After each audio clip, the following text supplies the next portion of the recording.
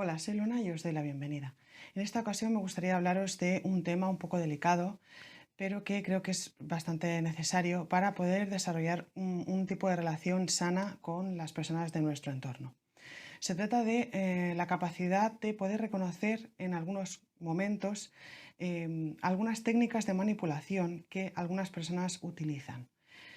Hay personas que simplemente son personas manipuladoras, que lo tienen muy integrado en su forma de ser, que podríamos decir que tienen rasgos de personalidad tipo B o narcisista o del clúster B, como se conoce en psicología.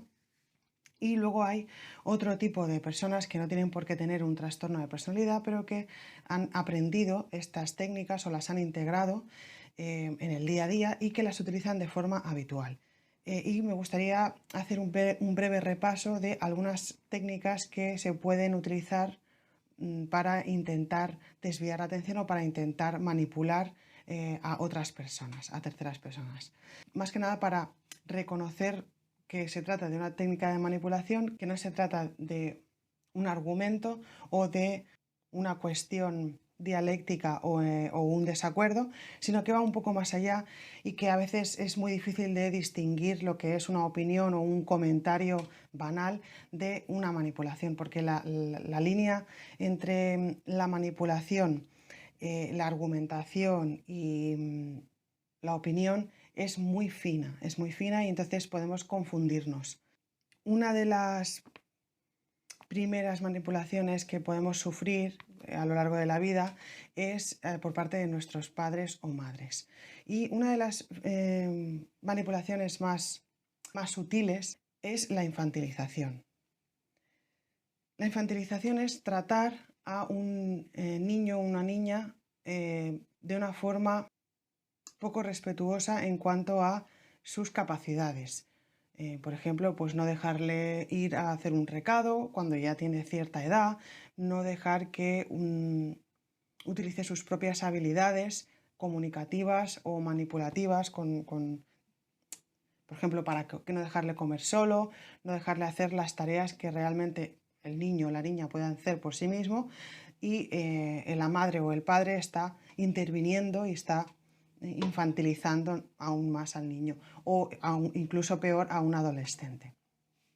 También esta infantilización la puede sufrir otras personas adultas en momentos puntuales. Por ejemplo, tratar a una persona adulta como un niño, ¿no? Con personas de la tercera edad, por ejemplo, que la línea entre tratarlos con dulzura o respeto o intentar ayudar y infantilizar a la persona también es muy delgada. También puede pasar, por ejemplo, en algún momento en el que alguna persona tiene una condición especial, como por ejemplo una mujer embarazada, también a veces en el ámbito sanitario, por ejemplo, o en el ámbito familiar, se puede infantilizar pues no dejando que la mujer pues tome sus propias decisiones o intentando, digamos, ayudarla sin mala intención. Pero esto puede ocurrir con bastante frecuencia. La invalidación es otra de las técnicas de manipulación que se puede utilizar. Por ejemplo, una invalidación muy habitual es la burla, ¿no?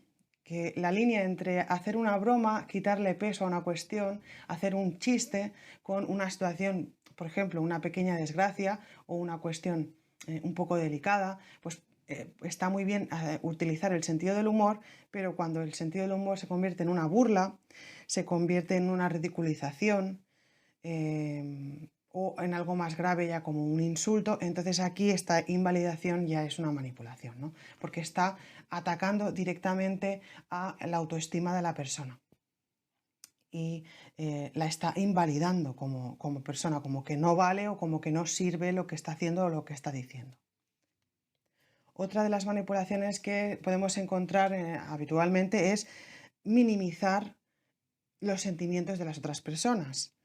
Por ejemplo, pues eres un exagerado o una exagerada, eso que dices, eh, bueno, básicamente decir que está exagerando. Entonces aquí hay que tener cuidado, sí que está bien quitarle hierro, quitarle peso a algunas cuestiones, ¿no? Que podemos encontrar en el día a día. Está bien, como comentaba antes, el tema del sentido del humor o intentar no darle importancia, ¿no? Demasiada importancia a algunas cuestiones, pero no sabemos hasta qué punto puede estar afectando a la otra persona.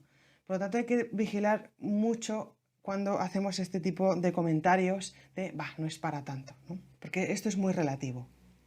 Otra de las manipulaciones más serias ya es el gaslighting, que es una técnica habitual de los narcisistas o del clúster B, que es hacer creer a la otra persona que está loca directamente, o sea, hacerle pensar que lo que ha sucedido hace un momento no es como esa persona dice y tergiversan, ¿no? Tergiversan la verdad, tergiversan los sucesos, lo que acaba de suceder incluso hace unos minutos, ¿no? Me has dicho X, ¿no? No, yo no te he dicho esto. Sí, sí lo has dicho, ¿no? Y este tipo de manipulaciones ya sí que son más serias, ¿no? Y son bastante complicadas, ¿no? Porque realmente cuando una persona te acusa de algo que no has hecho o que no has dicho, que justo acaba de pasar, es muy fácil engancharse en la discusión a defenderte, ¿no? A decir, no, no, yo no he dicho esto o he querido decir lo otro.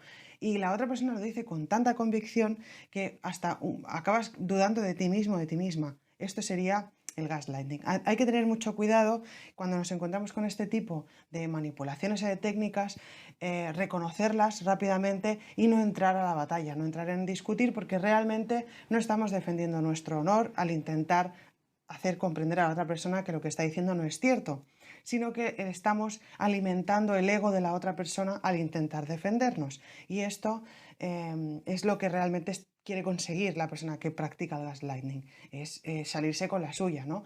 Hacerte dudar de ti mismo, de ti misma y hacer que te desestabilices emocionalmente, que saltes, ¿no? Provocarte para que luego sea más fácil manipularte, ¿no? O sea más fácil llevarte por donde esa persona quiere llevarte. Otra de las cuestiones también bastante complicadas de gestionar es no respetar los límites, ¿no?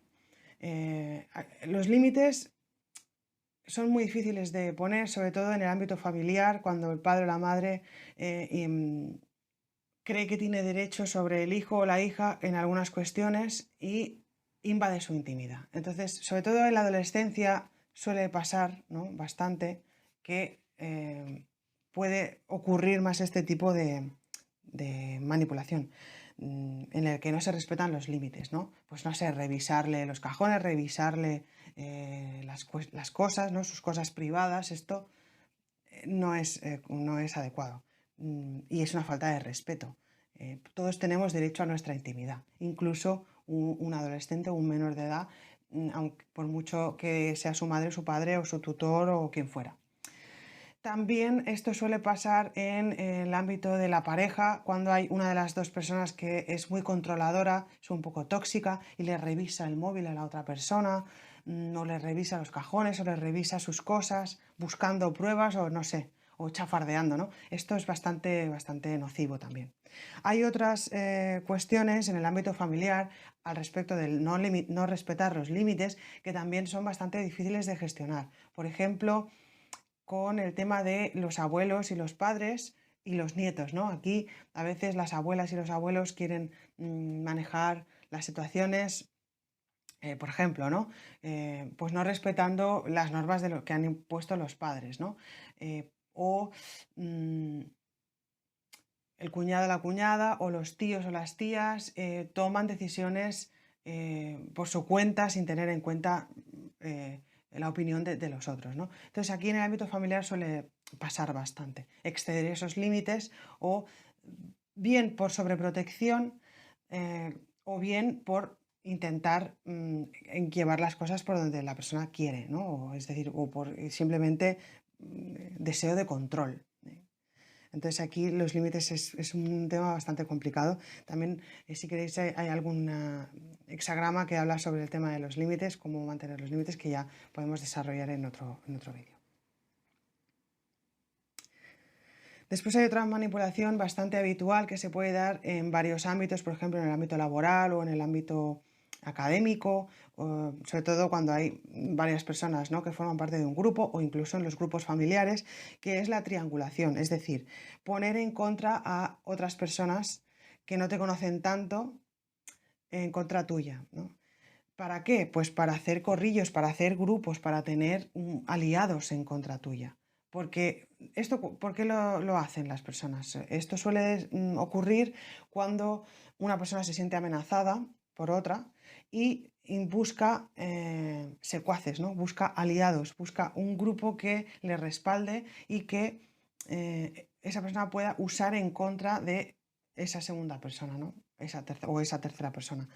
Em, y esto es bastante tóxico, bastante nocivo y es bastante complicado de gestionar porque ya no se trata de la relación entre dos personas, sino que implica un grupo de personas más grande y también puede haber aquí muchísimos conflictos, ¿no? Porque al implicar a terceras personas, incluso manipulando la opinión de los demás, pues dando información falsa o diciendo mentiras o tergiversando las cosas, claro, lo que hace es que empaña, digamos, a otras terceras personas de su opinión, de su punto de vista, y aquí ya dependemos de la capacidad de esas terceras personas de discernir entre lo que realmente le está contando y lo que es. Y esto es muy complicado porque no podemos controlar lo que hacen los demás. Lo que sí que podemos controlar es lo que hacemos nosotros o nosotras mismas. Por lo tanto, si encontramos que estamos en un grupo de personas que vemos que hay este tipo de manipulación en grupo, es muy importante darse cuenta de que este tipo de dinámicas son muy difíciles de corregir, que son muy difíciles de enfrentar y que lo mejor que podemos hacer es apartarnos de este tipo de personas. Porque es que no nos van a aportar nada bueno, nada. Y no vamos a intentar defender nuestro honor, ni defender nuestro punto de vista, ni defender nuestra verdad. Porque no se trata de eso, se trata de intentar socavar tu seguridad, socavar tu autoestima y de destruir tu reputación. Por lo tanto, aquí lo mejor que podemos hacer es apartarnos y dejar de tener contacto con este tipo de personas. Otra de las manipulaciones que puede ocurrir es que una persona no admita tus logros o que se los intente apropiar. ¿Cuándo puede suceder esto? Bueno, dentro del clúster B en el narcisismo suele ocurrir bastante con los padres o madres narcisistas que quieren que sus hijos sean, pues lo típico, ¿no? Una estrella de cine, le hacen trabajar en anuncios, en campañas publicitarias o le hacen cantar, ir a concursos de belleza o de baile o lo que fuera, ¿no? Porque quieren conseguir sus triunfos personales a través de sus hijos, viven a través de sus hijos e hijas y les empujan hacia esto, hacia lo que cada uno quiera. A veces también son en cuestiones de deporte, otras veces son en cuestiones académicas o de estudios. O sea, cada uno tiene sus aires de grandeza, ¿no? Sus fantasías de grandeza. Y viven esas fantasías a través de los hijos. ¿Y qué hacen? Que se apropian de los logros de los hijos, como que, bueno, si has llegado hasta aquí es gracias a mí, si has conseguido esto es gracias a mí, o incluso lo minimizan. No es para tanto, lo que has conseguido no es suficiente, tienes que llegar más lejos. Esto es bastante tóxico, ¿no? Bastante perjudicial, sobre todo para los niños y niñas, porque se está formando su personalidad y lo que quieren los niños es agradar a los padres y nunca lo van a conseguir, ¿no? Con este tipo de dinámica. También puede ocurrir esto en el ámbito laboral, por ejemplo, que algún compañero o compañera intente apropiarse de tu trabajo o incluso el jefe o la jefa. Y este tipo de manipulación es bastante complicada de gestionar y bueno, lo más importante en estos casos es darse cuenta de que realmente se trata de una manipulación, de que la otra persona tiene malas intenciones y intentar atajarlo lo antes posible, digamos, demostrando el crédito o no dejando que la opinión de la otra persona socave tu seguridad en ti mismo o en ti misma, sobre todo, ¿no? Y que no afecte a tu autoestima. Otra de las manipulaciones que nos podemos encontrar es la proyección, es decir, proyectar los defectos de esa persona en el otro y hacer culpable de lo que está haciendo al otro. Esto es un poco perverso y un poco complicado de comprender.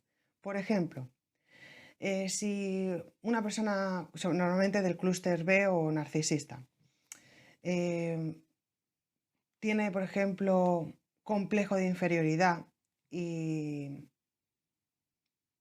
normalmente tienen ciertas inseguridades y la única forma de satisfacer ese vacío interno es a través de socavar a los otros para ellos o ellas estar más altos, ¿no? Más arriba a nivel anímico. Entonces, esta proyección refleja sus propias inseguridades. Si, por ejemplo, esta persona cree que tiene carencias intelectuales, pues te va a decir que eres tonto o eres tonta. Si cree que si suele decir mentiras, pues te va a acusar de mentiroso. O sea, todos los defectos que tenga los va a proyectar en ti. Otra de las formas de manipulación es cambiar de tema. Cambiar de tema cuando no le interesa el tema de la conversación y no tiene argumentos, cambia de tema e intenta desviar la atención. Otra de las manipulaciones es directamente la intimidación, con ataques de ira o con acusaciones, ¿no? Cuando no puede defender un argumento o una situación, un hecho o unas palabras, cualquier cuestión, entonces recurre a la intimidación. Aquí debemos de poner una barrera absolutamente, ¿no? Porque no podemos dejar que nadie nos intimide. También el tema de la culpabilización, culpabilizar a los otros de lo que a uno le pasa. Es que mi situación está así por tu culpa, ¿no? Entonces, bueno, podemos encontrar en algún momento puntual que sí que por alguna circunstancia otra persona nos ha perjudicado, pero que esa sea una constante de que todo es culpa de los demás. Aquí estamos inhibiendo una cuestión que es asumir nuestra responsabilidad. Y si tenemos una persona en nuestro entorno que constantemente está culpabilizando a los demás de lo que le sucede, aquí hay que poner una pequeña señal de alarma porque este tipo de comportamiento también es bastante tóxico, bastante narcisista y bastante inmaduro.